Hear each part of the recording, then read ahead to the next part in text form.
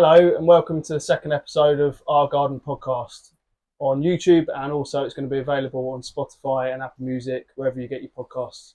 I'm Ollie and this is my brother Chris, and today, Hello. As promised, we're going to be talking about jungle gardens in particular, of which Chris got an insanely good jungle garden / Mediterranean patio. We think it is.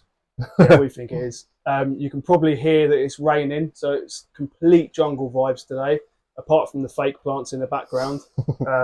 They've been discussed. You don't have to keep bringing them up. Previously been discussed on the first episode. But yeah, the walking through the jungle to start filming in the shack today, it was nice and dry. As we've set up the cameras, it's just started to rain. So I apologise if you can hear what sounds like a monsoon to us. Hopefully it's coming across all right. So we're still getting used to all this. But yeah, how are we looking? So we're 6 weeks away now from the we're 6 weeks away. Garden. Yep, garden's, like I say, is looking really good. We've had some real nice heat this week. It's been warm, hasn't it? Yeah, I mean, even 3 days of warmth, you can see the plants just accelerate. The cannas have picked up. The bananas leaves are huge. The weather's been a lot calmer, so the wind's dropped back, which means you actually get to enjoy your banana leaves rather than just get ripped to shreds. Yeah. It's been high pressure this week. It's been, yesterday was 30, 31 in some parts of Kent, it said, so the warmth is really starting to pick up in our part of the world. It's looking amazing, even compared to last week when we did this first episode. It's just like... the warmth that, like I was saying last episode, now we've had it, it's made that difference. You knew it would. Yeah. Because we had a couple of warm days in spring, I presume you need that sort of consistent warm week or two for it really to start going, do you? Yeah, like you say, the tropical bits need that heat and that kick start. Some of the bits I was lucky enough, because I've got the reptiles, you can kick start some of the bulbs, like the colocasias. 2 of those were started in the tortoise enclosure. Right. That was February. So 2 of those have really sized up, but the ones I've left in the ground, they still haven't shown any leaves. So whether they will after this week of warmth, who knows? So when you say you started those in the tortoise enclosure, with the tortoise in there?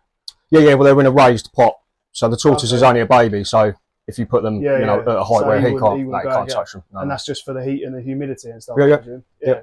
That's cool. It's effectively just a heated propagator, but cheating. What a good idea. And it saves energy as well, I suppose, because you exactly use that, it for that as well.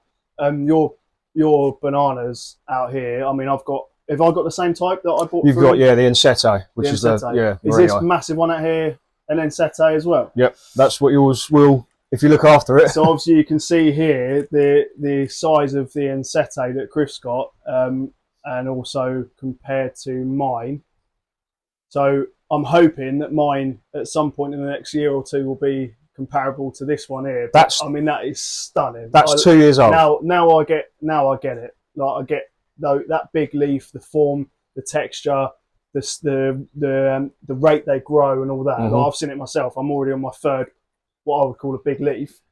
It's like the bottom 2 were destroyed by slugs in the first week, and I thought, here we go again. Same as my hostas. Same old story. Every time I put something in that I really like, it just gets destroyed. Especially this year. We've seen everywhere in the news the amount of slugs and snails we're getting because of the wet weather we've had.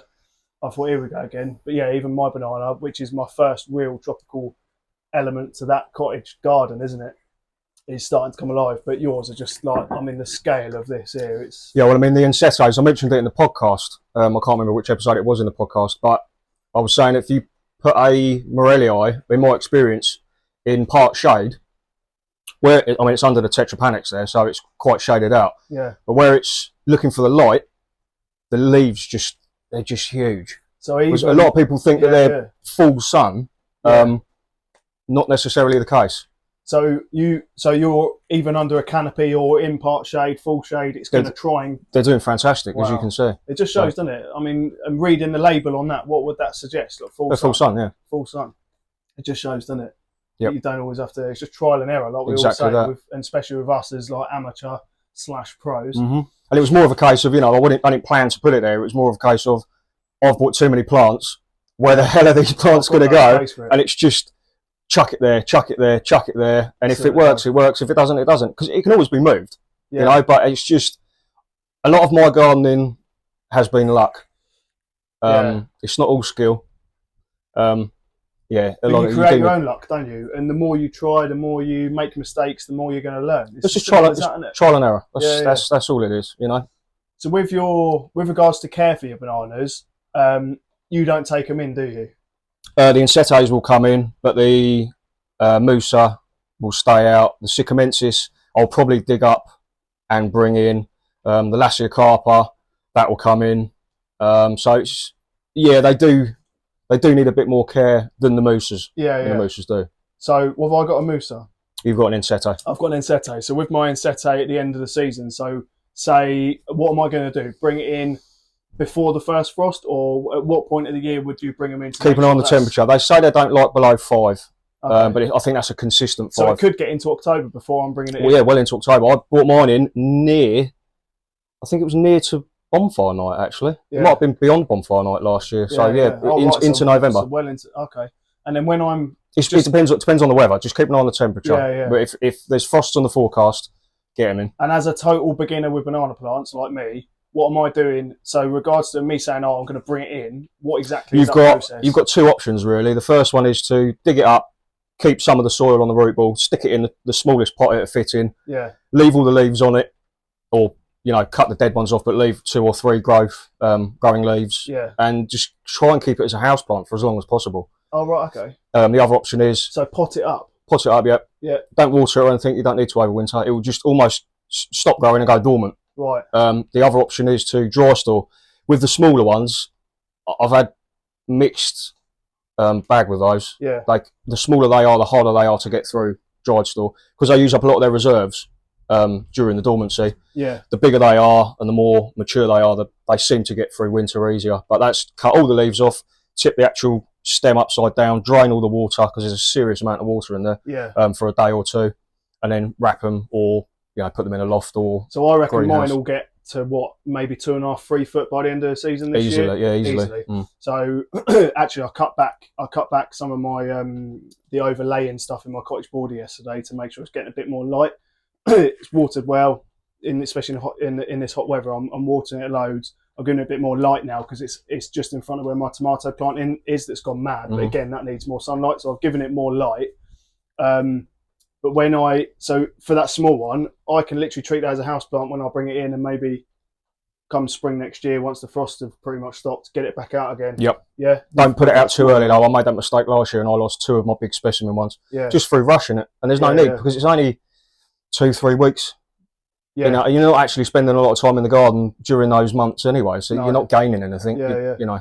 And when we come, so like we keep saying, the seasons are just shifting, aren't they? So when we're getting impatient, like we were at the beginning of the year, we were talking about it in one of the podcasts. There's a frog. Is it? Yeah. Where? On the deck. Yeah. Sorry. Just see a frog. He's literally. You see that frog I see last night? He's literally bouncing on the decking. Well, back to gardening. Back to gardening. Sorry, there's a little frog. That's like Kevin and Perry thought he saw a lizard, wasn't it? Still there. He's just watching this film. What was I saying about the banana? What was I saying? Houseplant. So yeah, I'm going to treat it. It'll be the biggest houseplant you've ever had, but give it a go. Oh, that's what I was saying. So yeah, so I've cut back. So tomatoes need more light. That needs more light. I'm going to see how that gets on now, and then like you said, that's what I was saying about the change in the season. So where we were getting impatient, and on one of the previous podcasts, we were saying, oh God, it just seems to be dragging on with the colder nights and stuff, and you'd put stuff out too early and then struggled with it, or it had struggled. But actually now, we're saying, we're going well into October now with warm enough weather to keep this stuff out. So you're really looking at what? June, July, August, September, June can be October. June can be a funny month. Yeah, I know. I mean, look at my birthday, the 11th of June, middle of June. We were like, right, we're going to put the heating on because, yeah, it's mad. But obviously the warmth's there consistently now. And you're looking at this 4 or 5 month period from now, really, until we start thinking about bringing stuff in, aren't we? So as much as our impatience is there in spring, there's enough time in there. And there's a lot. I would have said maybe 25% of what's planted out in the jungle is houseplants. Yeah.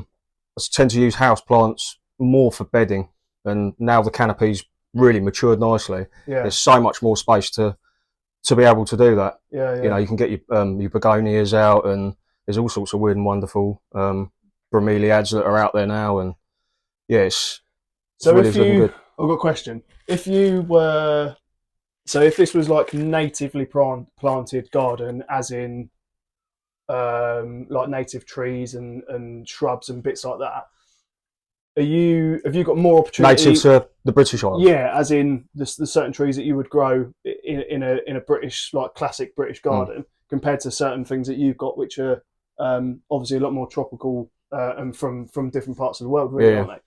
With regards to like root systems and stuff like that. So when you say your canopy's at a height now where you can get more in underneath, do you struggle with regards to the amount of root space that takes up in the soil and the ground, or is it? No, I haven't seemed to. Because like when I'm in my garden, the amount of root that I'm coming across from the trees and all that side and the oak and things like that. I mean, the only height that I've got out there really is from the Paulonia. That I've not coppiced or anything like that. I've just let grow to see how it, and that's the tree outside. That's the one outside here, yeah. Outside the shack right here. And that covers the majority, probably 50-60% of the garden, doesn't it? Yeah. So other than that, I mean, some of the big palms, they don't have big root balls on them at all. Part of the palm trees, even if they've got a 6 or 7 foot trunk like the two have, there's no problem underplanting at all. Not that I've experienced. And have you used any of my inspiration from the cottage to put under your canopy yet, or? I think there's a geranium. There is a geranium. There's a geranium. No. Have those sweet pea seeds come out that I've popped in there? No, I think the slugs must have got to those. Fair play. No, it's looking brilliant. What are you happiest with this year, with regards to sort of? I think this is the first year where everything's been finished, and it just looks how I always wanted it to look and how I pictured it. Yeah. Everything's matured. Most of the stuff's in its 4th or 5th year now. Yeah, really, really happy with it. So when you walk up from that Mediterranean patio and you're walking through that jungle in the morning with your cup of coffee or in the evening with your beer, you're walking up thinking... Is it there? Yeah, there's a massive sense of achievement. Yeah, it must be. Yeah, and there's not much seating, so you literally have to just sit on the boardwalk, and you've got bits and bobs jumping at you and coming out the greenery and things like that, and it's, you know, it really it feels like I'm at home. Yeah, it really does in a weird way. I don't know what I was in a former life, but God knows. Mowgli. There's slug. That's your next life. Yeah, it could be. No, it's looking awesome, and I expect you're really looking forward to showing it off in that open day now, aren't you? Oh yeah, I'm getting scared, but it means you care. Quietly proud. Yeah. No, it's great. We get some pictures and stuff as well for our Facebook page and bits like that, just to show people. But yeah, it's looking awesome. So yeah, are you gonna just now allow it to do its thing, and because obviously we've got another 3 months worth of probably fairly warm weather now, and just allow it to just take its own path. Yeah, I mean, because I've got the open garden, you've got to be kind of sensible with how overgrown it gets. You know, me and you have got no problem walking through, getting poked in the eye and you know, tripping over things and everything, but it's got to be safe, and it's got to be sensible.